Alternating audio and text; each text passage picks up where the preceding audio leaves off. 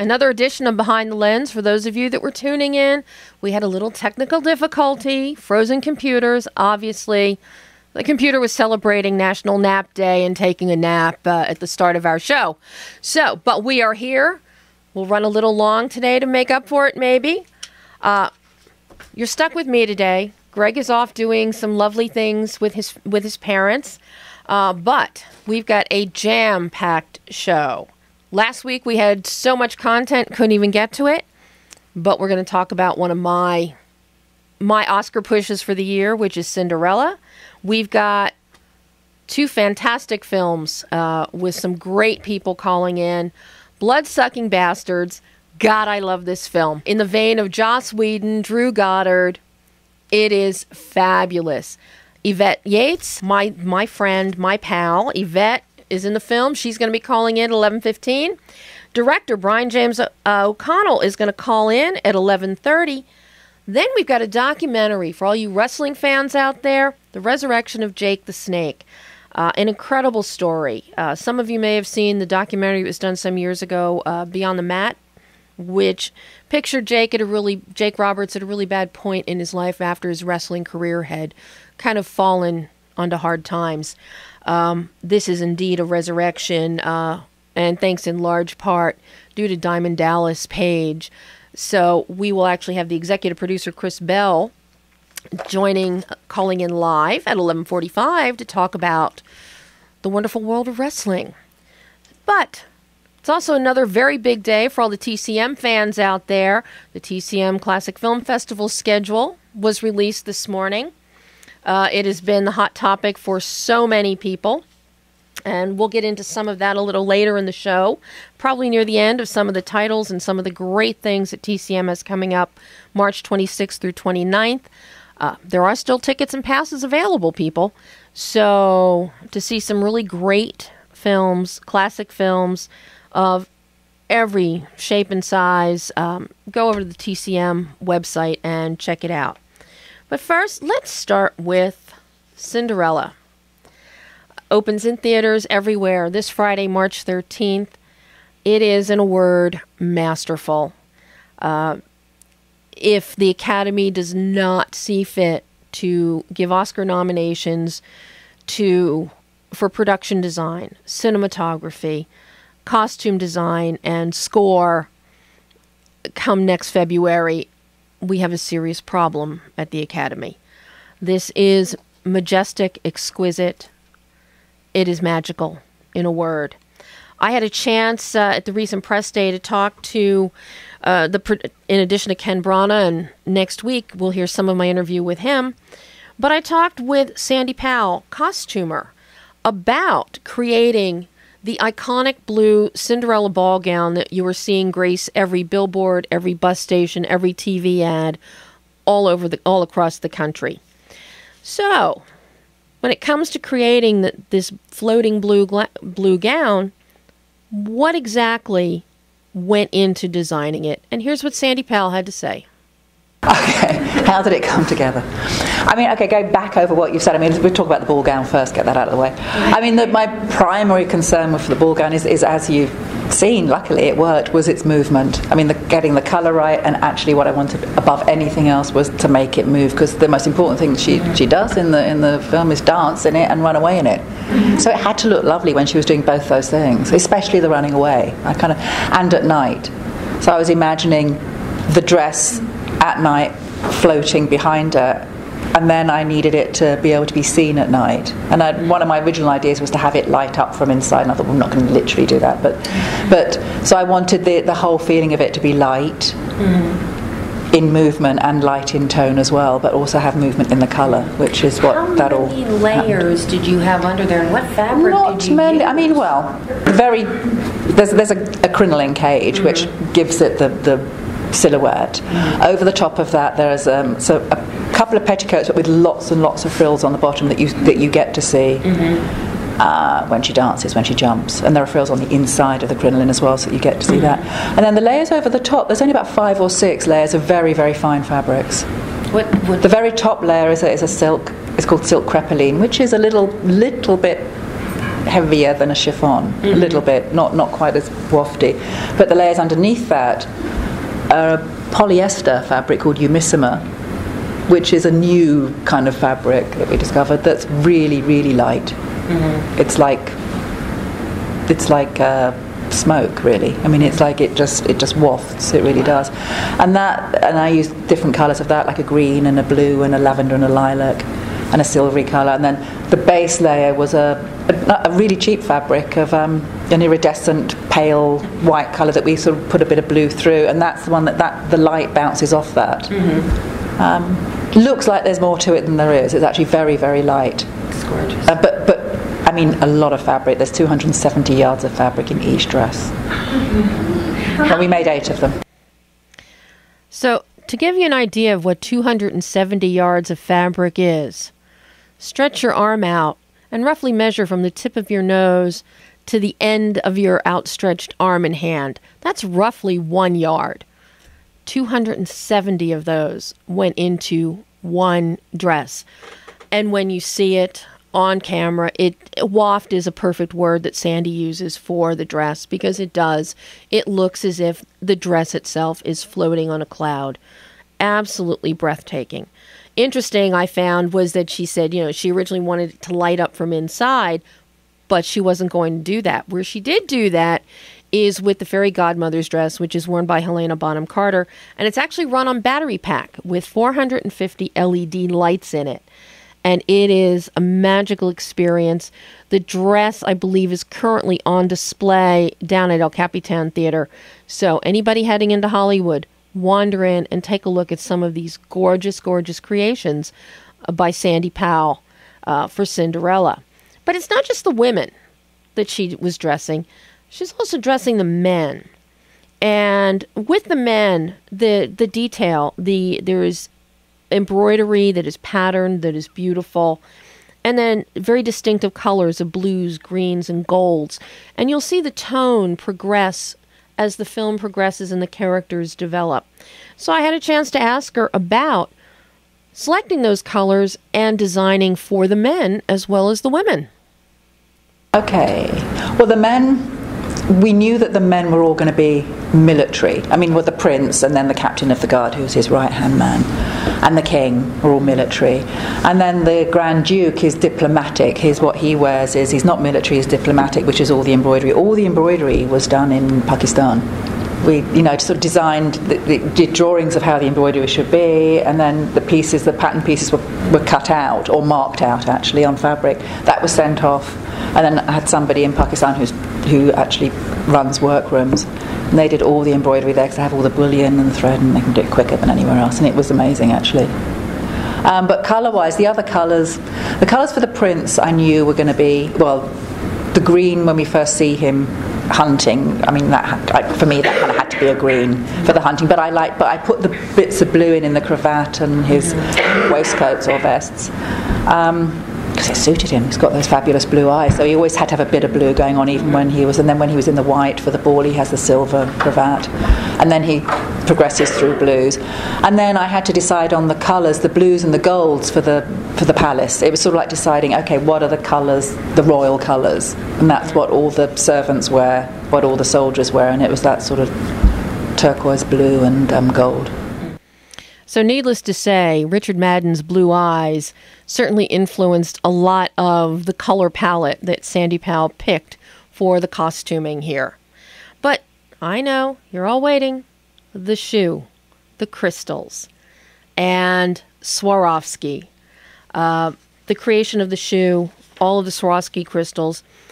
I spoke with producers of the film, Allison, Schearmur, and David Barron, specifically about how Swarovski became involved and the more than 20,000 crystals that they supplied for the various costuming. And here's what they had to say.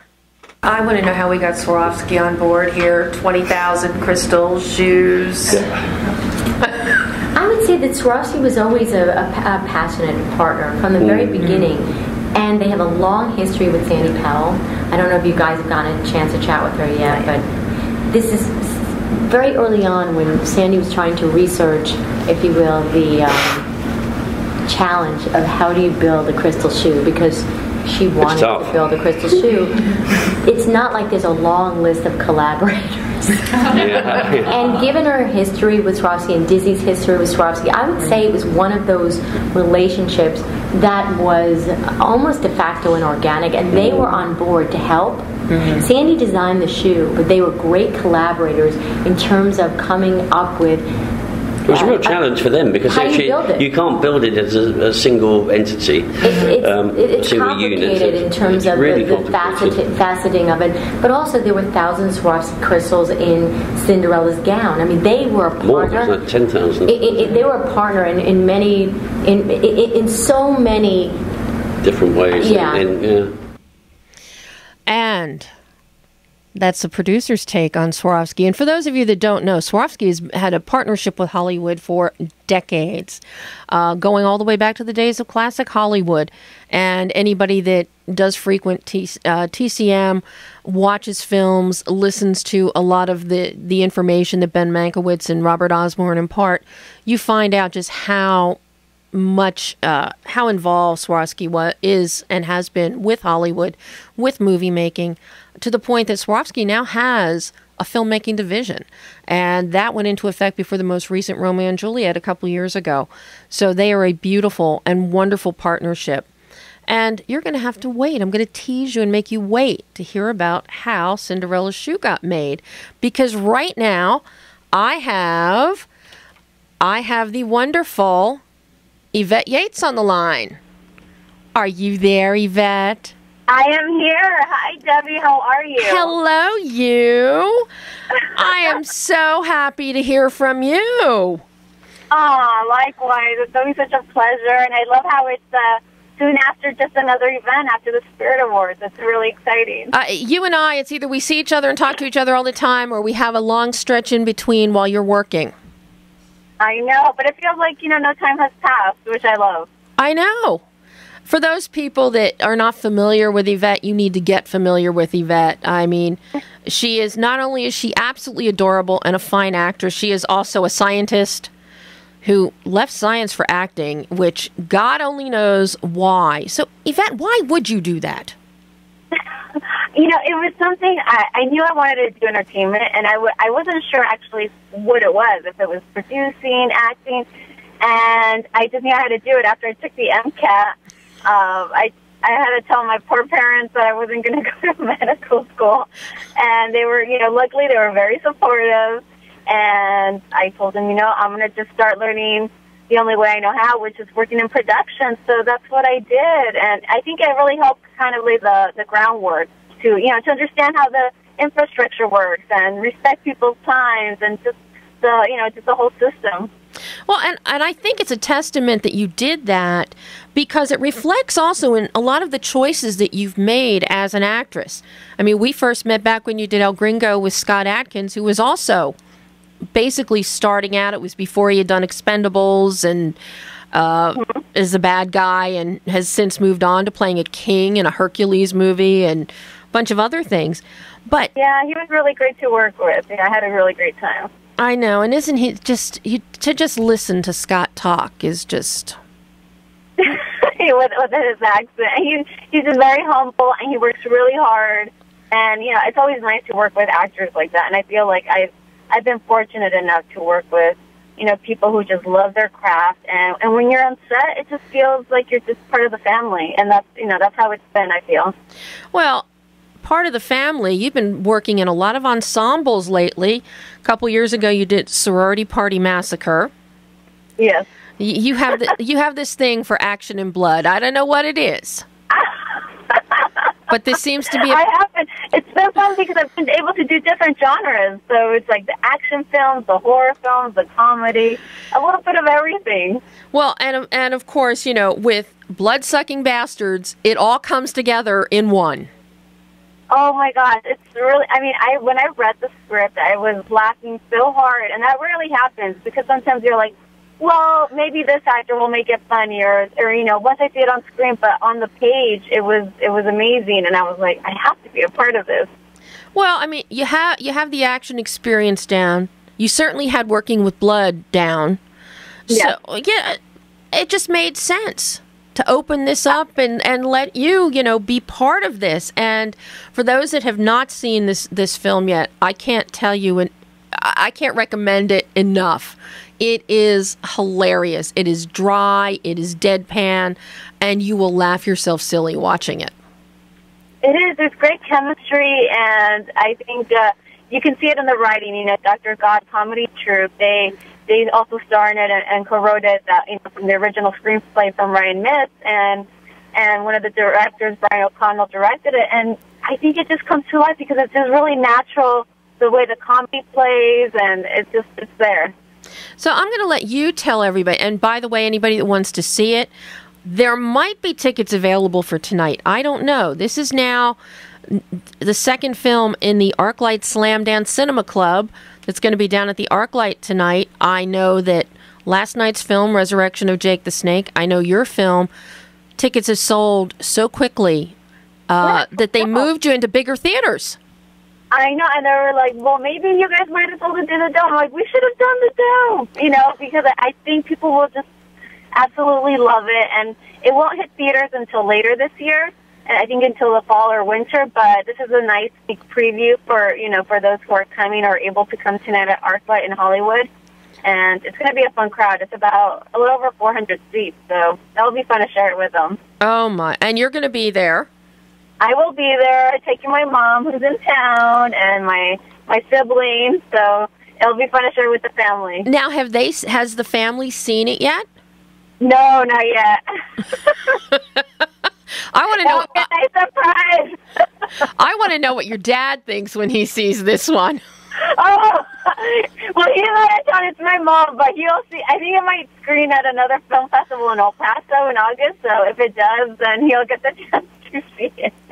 So for those that are listening to us laugh hysterically and talk up Bloodsucking Bastards, tell everybody, what is the premise of Bloodsucking Bastards? I mean, the premise is, it's a very much Shaun of the Dead meets Office Space. So there's a whole bunch of us working in this office. It's very, it's depressing. No one wants to work there. No one likes their boss. Like every office job out there. Yeah. And someone comes in, and that's Pedro Pascal, and he turns things around in a not so conventional way, which is turning everyone into vampires, or most of us.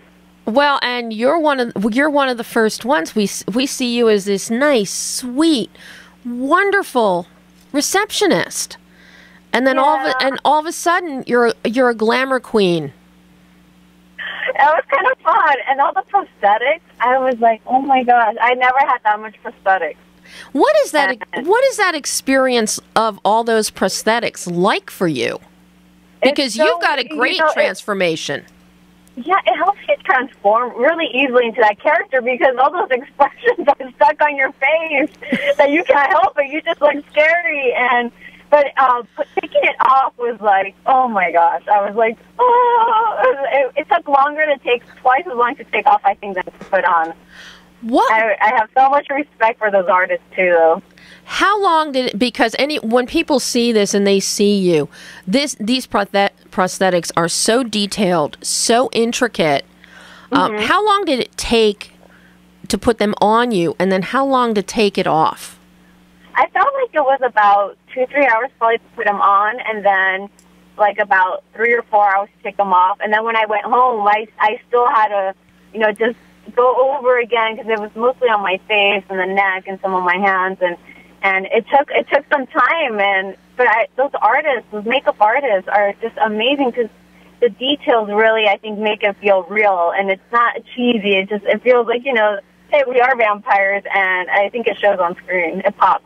Oh, I think it looks fabulous, and so much of that is due to Brian's direction and what he does. His cinematographer, Matt Mosier, just really amps up the color and, and the camera movement, and really plays into this whole world, creating this great environment for you. Yeah, it has a really great pace. So, how much action did you get to do in this one? Because I know you like doing action. I do. I actually really love it. I think with every film, it's fun. You get to try new things or learn new things, and with this one, I did get to do some action, especially towards the end. And I actually ended up getting a cut, and now I have like this little scar on my stomach just from one of the moves. And I was like, wow, it's my first war scar. Oh, I know, all from that film, but I'll remember it always. Now, see, now you have to take a picture of your war wound, your scar, you know, blow it up, put it on social media, and say, I have earned my stripes. I have. I feel proud because those action, you know, all those people who do action, wow. I mean, just the stunts that they do. I mean, this is on a lower scale, but I enjoy it. It's a lot of fun. Well, and you've got some great scenes going on with Fran Kranz, who is an absolute delight in this film. Yes. I mean, I fell in love with him in Cabin in the Woods, that was directed by Drew Goddard and written by Drew and Joss Whedon. Fran is just, he's so at home in this role and in this genre. But the two of you have a wonderful chemistry. Yeah, it's the unrequited love on my end. I'm like, please, just love me.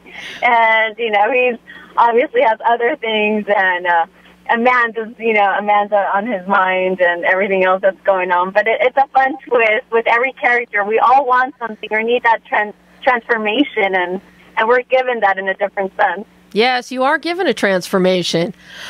What is it that appeals to you about these ensemble films? I mean, Sorority Party Massacre, definitely an ensemble. Inherent Vice, for which you just picked up the Robert Altman Award at the Spirit Awards for part of an ensemble. As an actress, what is the beauty of these ensemble pieces? What is the appeal? I think the appeal is that you all carry one another, and I think you just feel like everyone has everything at stake just as equal. There's no, I don't know, I just feel like everyone really matters. And I think whether it's a small role or a big role, that's the same way I feel, but it really gives you a chance to work with such a myriad of actors. And for the director to fully visualize that and put that on screen, that's just another art form. And for those who can do it, I think, that's when people really appreciate it and enjoy the film. But I think it takes so much. It does take a lot of work because there's so many intricate pieces. Well, and, Inherent Vice, you were being directed by Paul Thomas Anderson. Oh, yeah. That was one of my most surreal moments. I mean, yeah, to this day. How do you react when you find out, clearly for Bloodsucking Bastards, you read the script and you were jumping up and down and you wanted this film. How do you react to a more somber, deeper piece like Inherent Vice? Do you have wonder if you can do it, if it goes deeper than you think you can go? Because the character of Luz in Inherent Vice is very key. Yeah, well, I mean, I had, read, before auditioning for, when I found out about the audition, I didn't have the book on me, and so all I did, I could do research on what was going on at that time, the synopsis, reviews of the book, and, as the character Luz, who's a Chicana in the 60s and 70s, I was, I put myself in her mind frame. What was going on politically, or, any kind, as her educational field, what was going on, and her family. So that all kind of layered into who she was, and that's the way I approached it. Mm-hmm. And how do you approach a role like Zabs in Bloodsucking Bastards? Bloodsucking, it's funny. Every project is so different, and this one, I don't know. I understood her because I do have a shyness, and I think every character you utilize a different part of yourself, and I think that's what eases you into that character. And with Zabeth and Bloodsucking Bastards, she's a shy, very, at ease person, but she wants so much, and she has this love, and then she, when she transforms, it's like she just has this new life, and it just felt really natural. It was, I don't know, I really enjoyed it, and I think it's all in the writing too. That always just makes life as an actor so much easier when the writing is so good. The writing for Bloodsucking Bastards is so crisp. It is so sharp. And, writing deadpan, dry, darker comedy is not easy. No, and it's. I think it's a really hard task, and that's why when I read the script, I was like, wow, this is amazing. And the fact that I was laughing just by reading it, I knew it was a project I wanted to be a part of. So, are you more like Zabs as shy, lovely Zabs, or vampire Zabs? And remember, I'm a combination. I was going to say, remember, your dad is going to hear this at some point. So I know. My mom is with me right now, so it's really funny. And your mom is probably laughing herself silly. Yeah, she's here with me. Well, she's like, oh my gosh, what am I going to see tonight? She is going to love it. It is very tasteful. You are clothed, kind of, but everything important is covered. Your parents can be very happy. They don't have to worry. So, I think your mom is she's gonna thoroughly enjoy this film. Thank you so much. I think she will, and I think everyone else will. I think it's kind of a nice, quiet film, and then when people see it, they just find this gem, and they're like, "Oh my God, this is amazing! This is so funny." And next up, you've got what? A film, Rivers 9. I have Rivers 9 coming out with, which was the same director as Sorority Party Massacre, Chris Freeman and Justin, and then there's 2 other projects I'm attached to that hopefully will be filming in the summer or the fall, depending, where they're at. So once those get going, I will definitely fill you in. I know you will. You always do. We talk. I mean, if it's not social media, a phone call, we'll talk. Of course. I love that. I love that too. And I love you for calling in. I have Brian on hold. So now, what embarrassing thing should I ask Brian? Oh, what embarrassing thing. About the production. What embarrassing thing should we ask Brian? Oh, goodness. I'm trying to think. He worked so hard for things. I know he did a cameo in the film. Well, then I'll ask him about his blood-sucking cameo. Yeah, ask him about that. I will. Well, you have fun. And all the blood at the end. I have to ask about that. So you have fun tonight, my friend. Enjoy the huge theater and the massive crowd. If I can make it down there tonight, I will. If I can juggle something, I'm going to try. Okay. And then as soon as we get all the audio and the video for this, you'll have the links so that Dad can watch it. All right. Thank you so much. You're Thanks, awesome. Yvette. I'll talk to you later. Bye. Talk to you soon. Bye. And now I have the wonderful Brian James O'Connell on the line. I'm embarrassed by nothing. Embarrassed by nothing? Well, I was just talking to Yvette about Bloodsucking Bastards. I know, I was listening to it. She was like, what embarrassing thing? I don't know. You trained her. You trained her well. Hello. Oh, my. Hello. What have you done? You have followed into the vein of Drew Goddard and Joss Whedon here. Oh, man. That's extremely flattering comparison that I'm not sure I entirely deserve. Thank you. As I was watching the film, I kept thinking, my mind kept going to Drew and Cabin in the Woods. And not just because Fran Kranz is in your film. Right. But a lot of it has to do with Matt Mosher and your cinematography and your color saturation and the design of the film. Just looking at it, before we even get into this incredible script that you guys have, just looking at it, you just want to see more. You want to be in this world. Because, let's face it, all of us who have ever been in an office, we have worked for Bloodsucking Bastards. Oh, yeah. I mean, personally, I worked for an attorney that was referred to by many of my colleagues as Satan. So, I relate here. So, how did you, approaching this technically to start with, working with Matt Mosher, your cinematography, designing the whole look of Bloodsucking Bastards?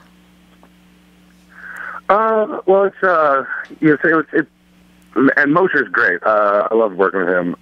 Really knowledgeable, and he and I developed very quickly sort of a shorthand in a second language. So there was very rarely where I was like, no, I want this over here. For the most part, like he got me right there. The biggest technical issue, with something like this is like, okay, how do you make something look? The environment, it's a crappy job, so it means you got to have the overhead lights and now like how do you make it look professionally good, but also story-wise crappy? Mm-hmm. And so there's a lot of like riding the fine line. I think mostly my inspiration came from the last movie I directed, Angry White Man. We had a British comedian by the name of Matt Berry, who I'm a big fan of, and he was part of the cast. But he was in a BBC show way back in the day called Garth Marenghi's Dark Place. It was as if there was if they gave Clive Barker or Stephen King the 100% carte blanche to do a TV show, and so they spent a lot of money to make it look like they had spent no money at all. Mm-hmm. So I studied a lot of that, and then just the idea of like over the course of we had 3 separate looks for 3 separate days. It was your regular day after the first death, and then the day that once the office was truly being turned into sort of a crypt and a tomb. And so over the course of the movie, we sort of dim the lights and up the saturation. So by the time you get to the end, you're like, oh yeah, this place is filled with vampires. These guys got to get out of here. That was the technical approach there. Your color is so important here. The color of the wall. Did you build the sets from the ground up, or were these existing? Did you paint the walls? Because you have that disgusting color. Yeah, funnily enough, that was the half and half. We took an existing space that had been one of those like phone bank places that like call up little old ladies and try and talk them into reverse mortgages, like very shady. Uh-huh. Apparently the FBI raided it, and the guy who was running it thankfully for him, wasn't there, and he found out about it, and he just hopped on the plane back over to his original country. And so that space was sort of gutted, but also sort of there, and still had a lot of the banks and stuff. So the color on the wall, they had that weird carpeting on the walls. I was like, oh, that's horrible. We're gonna keep that. But we built Evan's office, and then on one side of the main office space, on the other side of that is where we built a set for the basement. Which had been other bank of sets. So, like, we sort of used it as a soundstage. Because, I mean, honestly, if you walk out the back of the office, it just opens into a massive garage where someone was storing 100 broken down motorcycles.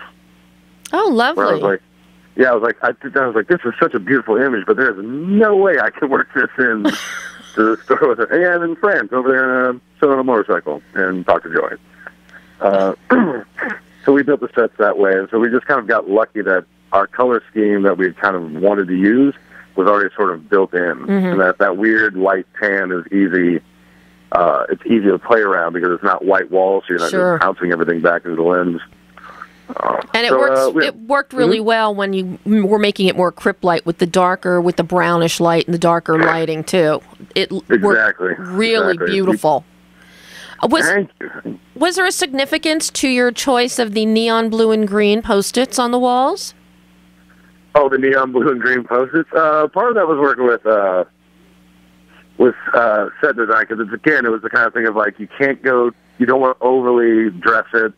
You don't want to put a nick and a knick-knack in every nook and cranny, but you did want to have a little bit of like as if people had been trying to make it personable and make it their home, and just like not getting it right. The blue and green I just thought was funny because we were trying to find like well, it's Bloodsucking Bastards. We're gonna throw a lot of red around here. Like what's the stuff on the color wheel that we can put up so that we start splashing it with blood? It contrasts, but it isn't jarring. Mm-hmm. And then a lot of those little Post-it notes, there's a little Easter eggs in there. There's like inside jokes to the different actors that had to sit there, and we would change them from time to time and put little notes on there, just like, fuck you. the way that hopefully people working this shitty job would do those kind of pranks. So, did you storyboard or shot list, or do a combination of both for this? I prefer to do shot list. I have an editing degree, so it's very easy for me to compartmentalize and visualize everything in my head and put it together. And even on set, as we're making sure, like, I start with an A shot list, and then a B shot list, and a C shot list, and a D shot list. And so I'm very good about being able to package it together and saying, like, nope, okay, I know what we're going to do. We're going to change now. I am loath, and I know everyone loves storyboards because everyone likes to be able to walk on set that day, look at the storyboards, and go, oh, that's what we're shooting today.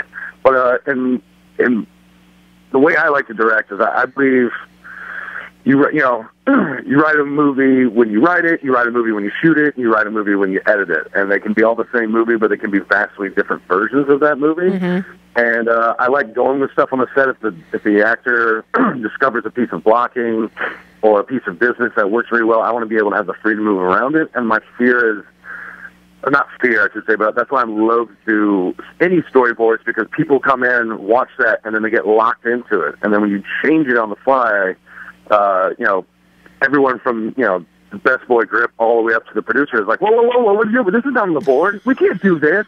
And so if there's no board, they can't question it. And then if we do it and it comes out well, then I can always just lie and say, yes, that was it. That was the way it was in my head the entire time. Yep. Genius. Well, because of the fact that you can edit, you do edit, does that help you? Are you basically editing on the fly so that you're saving yourself time and you're not having extraneous shots? Yes. And also I don't...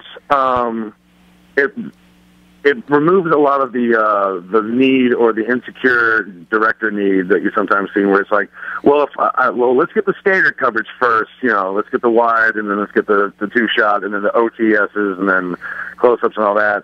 That you're never going to use. It wastes time. Everyone knows it. Yeah, it's pretty much all in my brain. I have an idea. I have an idea before I walk on the set, and then it changes from location to location, but I can keep it all in the brain. And then I don't like to use actors as chess pieces, because I'm an actor as well, and I know what they want and what they need. So I'll let the actors get to a space and block it themselves, because it's a lot easier for me in motion to move the camera around them than it is to get them to do something that's just unnatural for them. And then I'm just, like I said, I'm using them like chess pieces, and I'm tweaking them. They're not mannequins; they're live people, and they're passionate about their craft. They want to feel like they're doing the best they possibly can. I'm still going to get my shots. I'm still going to get my stuff. And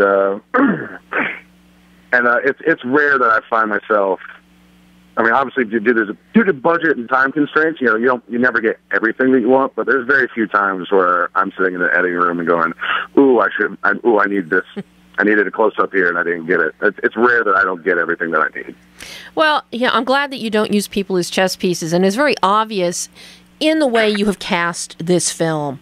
The chemistry between your characters, number one, the skill level, the comedic skill level of each of your actors is phenomenal. I mean, from Joel Murray all the way down to Marshall Givens as Frank. But you get these setups going. You've got Fran Kranz and you've got Joey Kern, who just fuel each other, and it is a joy watching them. You throw Marshall Givens into the mix, and those three are a perfect comedic triumvirate. How did you go about casting the group that you have? I know a lot of them came out of Dr. God Comedy Troupe and were involved in the writing, but actually positioning the pieces. Well, it's a good question. I mean, Fran came first. I think he came through a friend of our producer, Brandon Evans, from Maybe This Year Productions. And then Brett Forbes and Patrick Rizzotti from Fortress Features, the other producers, they brought us Emma, because they had worked with her before on their movie, The Collection. And Emma's great. We Skyped each other over the Christmas break, and fell madly in love. She's really super fun. But Fran came first, and he had read it and really enjoyed it and where we were coming from, and he was like, "This is the kind of stuff I want to be doing more of." So that made it very easy to be able to go around. Someone, the casting director suggested Joey Kern, and Joey and I strangely had met at at iOS like several years before that. Like we were in a cage match against each other, and so when we met, he was like, "Oh yeah, that was you." Yeah. So then the Dr. God guys, Justin Ware, David Park, and Neil Gargiulo and Sean Cowlick all have minor roles in it. Mm-hmm. Marshall came to us. Marshall's been a friend of Dr. God for a long while, and we've and played with him and stuff. And we actually had to fire the original guy that was playing that role after half a day. Wow. He just very, very nice gentleman. All that just wasn't didn't have the exact same approach to comedy that the rest of us had, and it was difficult to. He had the right look, and he was a very talented actor. But his approach to the material just was so incongruous to the rest of us that it wasn't like slapstick, but it was definitely over the top, and it made that first day of shooting very difficult. And then so we just set off to the side, like, what are we going to do? And I was like, you know what, F this, man. Let's just go get Marshall. Marshall can crush this. We got too much in our head of trying to cast this role with a bigger name than it needed to be, and we should just go find the right person. Mm-hmm. And thank God we did, because Marshall, like you said, he's perfect. Once you slot him in next to Joey and Fran, that's the three amigos. That's the that's the dude and Lebowski. Absolutely. And Walter. Yeah, you really see it happen there. And then of course, Yvette, the lovely Yvette that you just got the phone with. She's beautiful and sexy, but also very sweet and can play multiple roles. Going from the mousy to the sex pot and being able to just being so giving. And she's so kick-ass. Everyone else. And then Zabeth Russell is a friend of mine. She played Elaine, and I think Zabeth is one of the funniest human beings I've ever met. I think she should have been a household name 3 years ago, and so I've been saying that for a while. And I'm like, the next time I get an opportunity to put you in a movie, I'm going to do it so that I can say that I discovered you. And you see it. Zabeth is great in that role, and it's basically my job there is just to point camera at Zabeth and walk away and don't screw it up. Well, somebody that really took me by surprise as a standout, harkens to, has all the Nathan Fillion qualities, is Pedro Pascal, who played Max. Oh my God! How good? Yes, first of all, I am just, I am just crazy about him. Yes.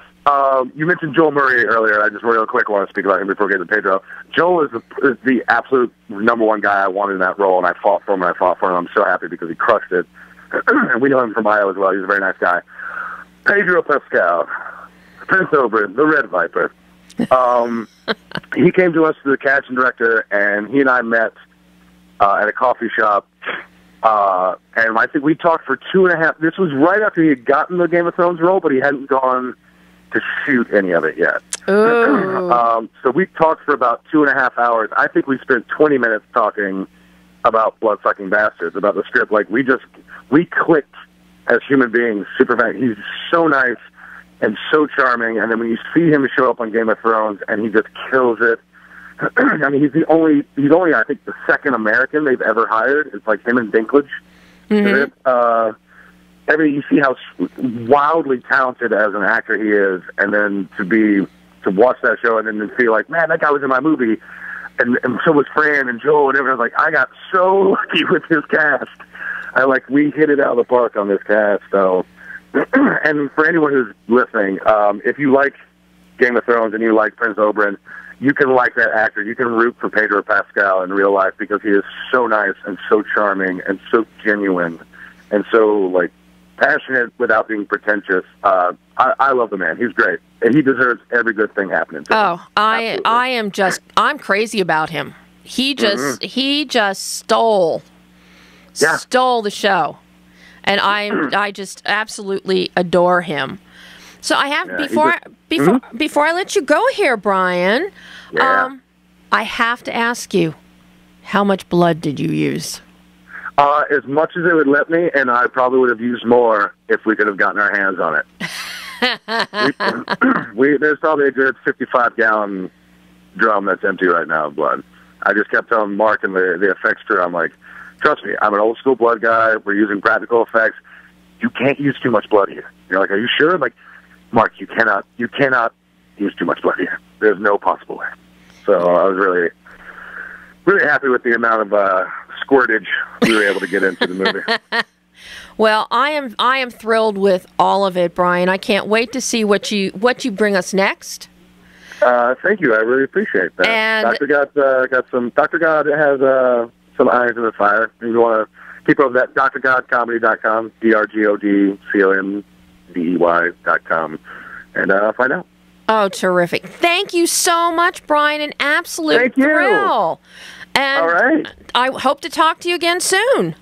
Me too. That means I'm doing something. That's right. Thanks, that means Brian. I got hired. Thanks. Bye-bye. Well, I think our next caller is trying to call in. We're having some technical difficulties today. So we're going to take a break, and we'll be right back. Behind the Lens is sponsored in part by the Culver City Observer. Located in the heart of Screenland, Culver City Observer is available in print and online at www.culvercityobserver.com.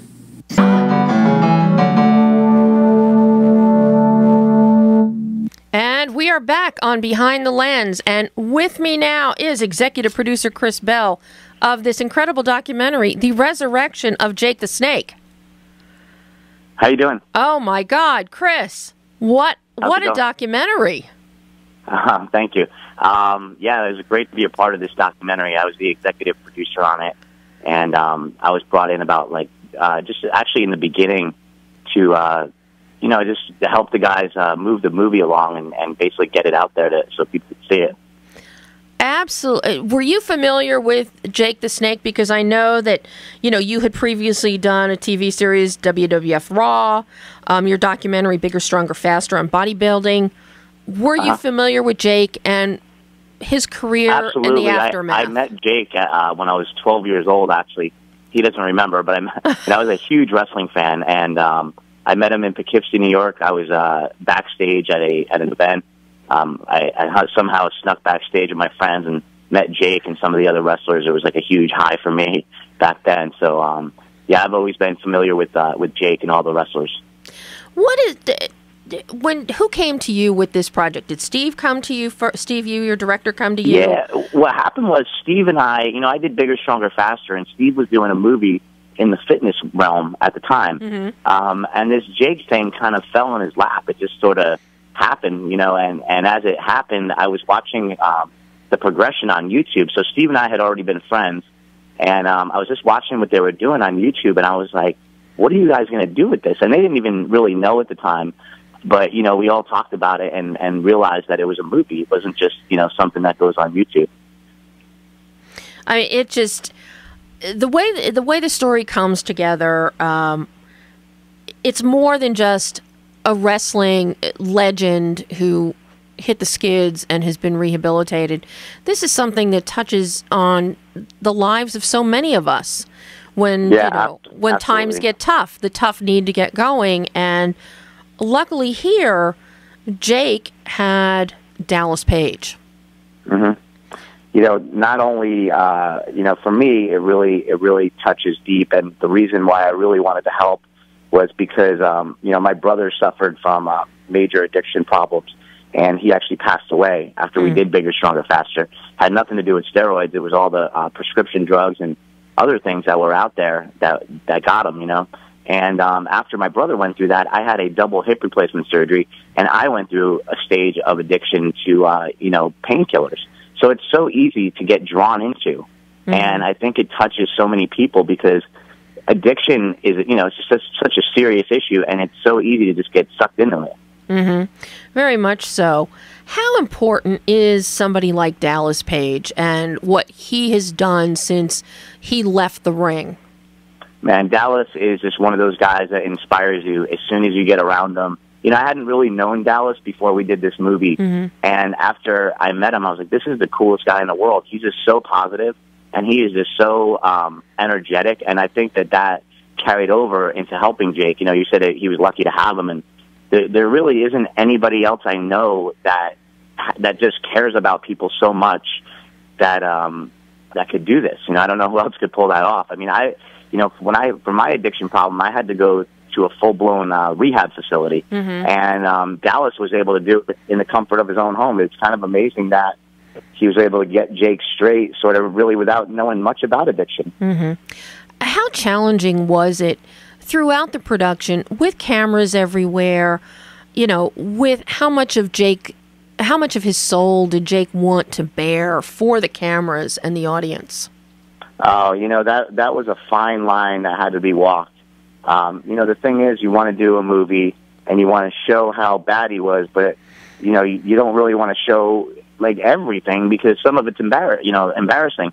And we did show some stuff that was embarrassing, just enough, to get it out there. But, we don't need to, like, beat a dead horse and say, hey, he was an addict and you can see how bad it was. You don't need to, like, really hammer it home, because he's going to see it as well, and that was a thing that Dallas was very careful with. I mean, that was kind of the amazing thing, is the fine line that Steve and Dallas had to walk, and basically not tell like everything, but enough of everything that people get the point. And Jake is he's doing great now. He actually is on a stand-up comedy tour in New York, and I guess the crowd's been loving it. So he's been doing great, and that's going to be something that helps keep him sober. As a filmmaker, is this something? Is it the personal level of your stories, especially in a case like this? Are you always cognizant of that fine line and the feelings and the sensitivity of your subjects? Yeah, it's kind of crazy. I mean, I think the subjects of the documentary actually really get into it, because I know for Jake, there's a point in the movie where he says, "Hey, do you have your camera? Get over here." And he wants to tell the camera things, So I think that after a while, Jake was aware that we were making a movie, and there was some things that he wanted to get out there. So yeah, like it's a fine line to walk. But for me, I just think honesty is the best policy, and I think by telling people, "Hey, this is what I did, and this is where I came from," the audience really responds to that. Because the bulk of this is actually shot within Dallas's home, within the crib. How many cameras because it seems like the camera is omnipresent everywhere within the house. Yeah, it's kind of crazy how it was done. I mean, I wasn't there during the whole shooting because I live in L.A. And they're over in Atlanta. So I know Steve had a bunch of cameras rigged up in the house and things like that. But what ended up happening, and those cameras that were like rigged up, they're just sitting at one angle. I think they maybe used them once or twice in the movie, and that was about it. Some of those high angles that you saw. And it just ended up being that, like, whenever Jake was around, the guys would have the cameras on them. And I have to say, Dallas has just such a great crew of people. And Steve kind of leads the pack, and there's about 5 or 6 other kids.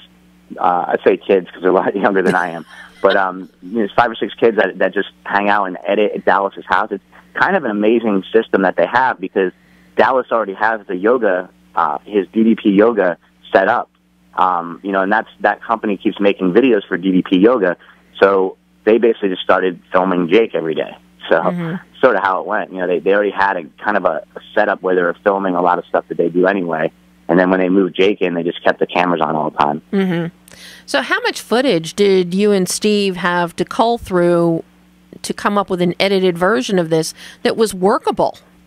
I think at the end it was about 400 hours of footage, somewhere around there. Wow! And when I first saw the movie, I was in LA and they brought me into Atlanta, and I saw a rough cut of the movie, and it was so good already that I helped. I gave a lot of suggestions and things like that. But man, like, Steve was just really able to find the story, and that's really impressive especially for a first time filmmaker. I was just so impressed with Steve and what he did that, I was just so excited to be involved in it. Yeah, the final product belies him as a first time filmmaker. It truly does. Yeah, it doesn't look like a first time filmmaker. No. There is a cohesive narrative that runs through it. The narrative does not get lost. And that's so difficult, especially in a documentary when you could go off in so many different directions. Yeah, people understand that. Sometimes I just go, man, I just wish I had a script, because when this is like the 4th documentary that I've worked on. This is the first as a producer, actually. And sometimes you just wish you had a script to be able to tell the story. But when I saw the first rough cut, it was in pretty good shape. You know, the narrative was pretty much there. So I said, Steve, you know, give the credit to Steve and those guys for that. They just did a great job at finding the story. So, do we have a release date yet for Resurrection of Jake the Snake? I mean, it was impressive enough you kicked off the ArcLight Slam Dance Cinema Club last night. Yeah, the ArcLight was amazing. I mean, we had about 400 people there. We had some wrestlers, Edge and John Morrison and Rob Van Dam came out. Danny Trejo came out. Joe Manganiello from True Blood, he did the Q&A. So it was kind of a star-studded event, and it was amazing. Right now, we don't have a release date yet. We're working on Netflix. We're working on Showtime and some other things. So hopefully it lands somewhere where a lot of people can see it.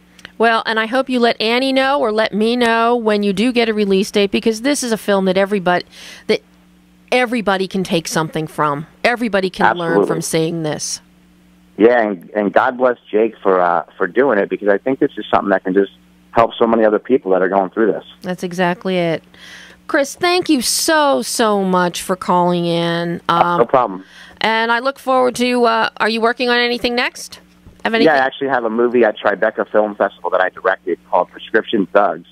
And part of the reason why I wanted to be involved in the Resurrection of Jake the Snake is because I went through this, and Prescription Thugs talks about the pill epidemic in America, and how we're just swallowed up by that. And basically, this movie was another chance to help people that are struggling with addiction. You know, part of being in the program is helping other people, and to me, this is a great way to help other people, because rather than just help one-on-one, you can help the masses kind of understand this.